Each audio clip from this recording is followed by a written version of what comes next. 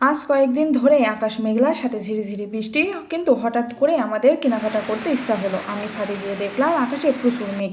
তারপর আমরা নিচে এসে রেডি হলাম, কিন্তু তারপর দেখি আবার বৃষ্টি শুরু হয়ে গেছে। কিছুক্ষণ পর ঝিরিঝিরিভাবে বৃষ্টি পড়ছিল। ঝিরিঝিরি বৃষ্টির মধ্যে আমরা বের হয়ে গেলাম। বৃষ্টির মধ্যে রাস্তায় রিক্সা নেই।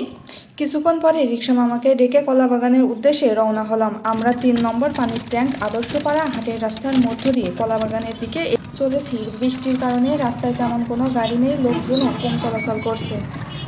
অতঃপর আমরা শহরের মধ্য দিয়ে কলাবাগানে এসে পৌঁছালাম।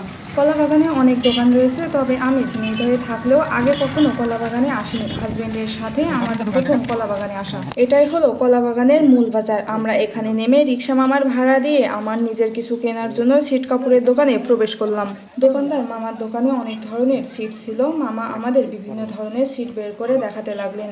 আমি আর আমার হাজব্যান্ড ছিট কাপড় পছন্দ করতে থাকলাম। মামার দেখানো ছিটের মধ্য থেকে আমার এই নেভি ব্লু কালারের ছিটটা পছন্দ হয়েছিল, যার কারণে মামাকে বললাম এই ছিটটা কেটে দিতে। আমি কমলা, ডিপ আকাশি এবং টাইম ফুল কালারের এই ছিটগুলো পছন্দ করে মামাকে বলেছিলাম কেটে দেওয়ার জন্য। মামার দোকানের ছিটগুলো অনেক সুন্দর ছিল। মামার মূল্য পরিশোধ করে দিয়ে আমরা দোকান থেকে বেরিয়ে পড়ি আমাদের অন্য কাজের উদ্দেশ্যে।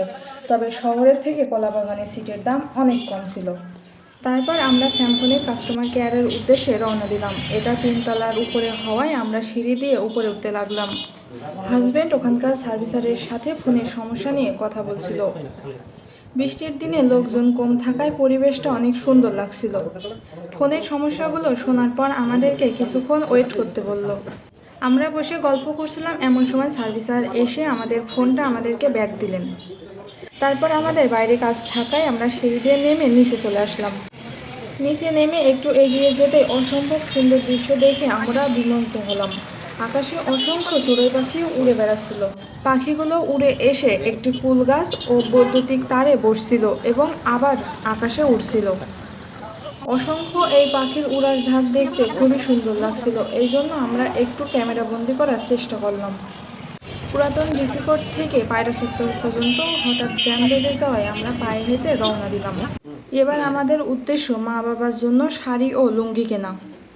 শাড়ি ও লুঙ্গি কেনার পর এবার আমরা সবজি বাজারের উদ্দেশ্যে রওনা দিলাম। প্রথমে মুরগি ক্রয় করে তারপর আমরা চালের দোকানের দিকে এগিয়ে গেলাম।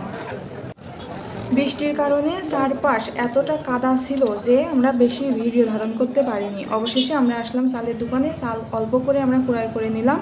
তারপরে গেলাম সবজি কিনতে। সবজি দোকানে গিয়ে আমরা অল্প করে সবজি কিনলাম। দোকানে তেমন কোনো লোক ছিল না। অল্প সবজি কিনে আমরা বাড়ি চলে